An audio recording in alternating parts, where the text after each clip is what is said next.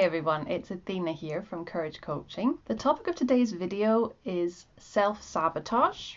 Now, self-sabotage is an element of CPTSD, which results from abuse. So in your childhood, your abusers would sabotage any efforts that you made.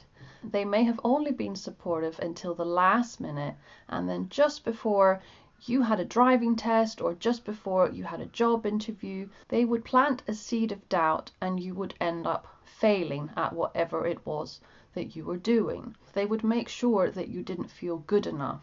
They would make sure that you ended up doubting yourself. This is something that is quite insidious, and it's usually a covert narcissist or covert abuser that will slowly undermine you and that will slowly make you doubt yourself. Now, your abusers will have always tainted your efforts with cruelty or with criticism, and all of this, of course, is internalized, and you will have had these feelings, you will have carried these doubts about yourself through adulthood. And every time you tried to do something positive for your life, or something that would help you progress, like a better job or learning to drive or having a healthier relationship, there would always be this niggling feeling of self-doubt that you're not good enough, that you're not smart enough.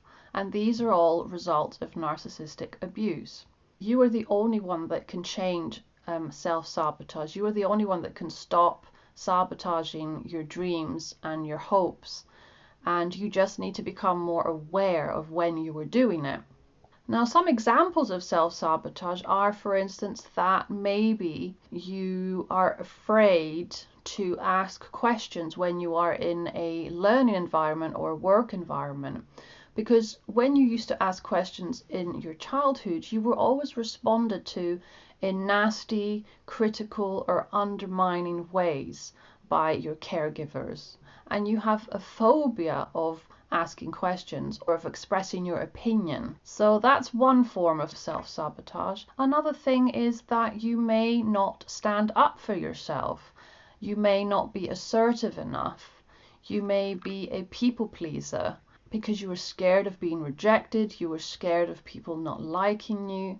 So this is also a form of self-sabotage, because you almost feel obliged to do something. Because again, in your past, in your childhood, if you didn't do what your abusers wanted you to do, you would be made to feel guilty. They would give you the silent treatment. They would reject you. So of course this is carried on into adulthood. Now, another way that you may notice that you are self-sabotaging is that you don't think you can be yourself around certain people because you are afraid that these people will attack you verbally. And again, this is related to having grown up with people that were like this, that if you tried to be yourself, they would reject you, they would not accept you. It is important to remind yourself that you shouldn't give in to any learned helplessness that you have been taught by your abusers. Now, learned helplessness is something that has been passed on by a narcissistic parent. They make you feel like you cannot do anything, but it is not true. You need to unlearn these negative beliefs, and you need to prove to yourself that actually you can do these things. And you need to come up with positive affirmations, things that you can tell yourself that will empower you and that will help you go out there and get that job that you really want to do, or learn to drive, or find that partner that is the right person for you. A positive affirmation that you can repeat to yourself is, I can create a life that I want. My past abuse does not define me. Or you could say, I am worthy of good things and I am able to succeed. Or another one could be, I am not what happened to me. I am not what I was told. I choose to become whoever I want to be.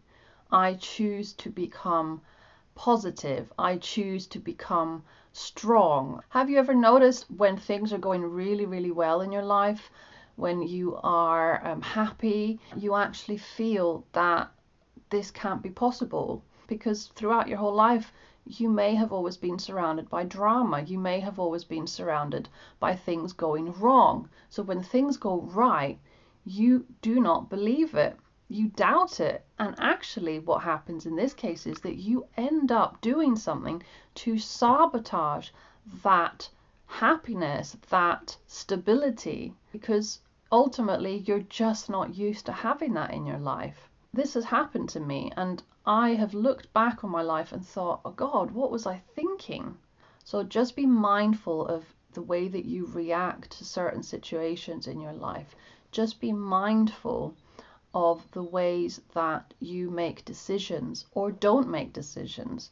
Be aware when things go wrong. Ask yourself, why did that go wrong? Did I play a part in that? Did I do something? Was I scared?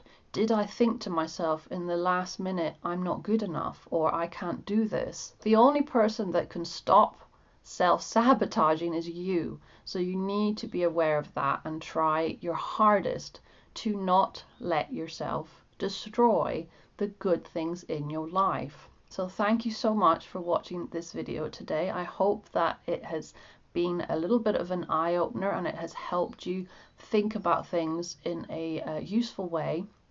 If you have had experience with self-sabotage, or maybe you've just realized that this is something that you do, then please feel free to leave a comment below the video. I wish you all the best. Have a great day or night wherever you are, and I will see you in my next video. Take care.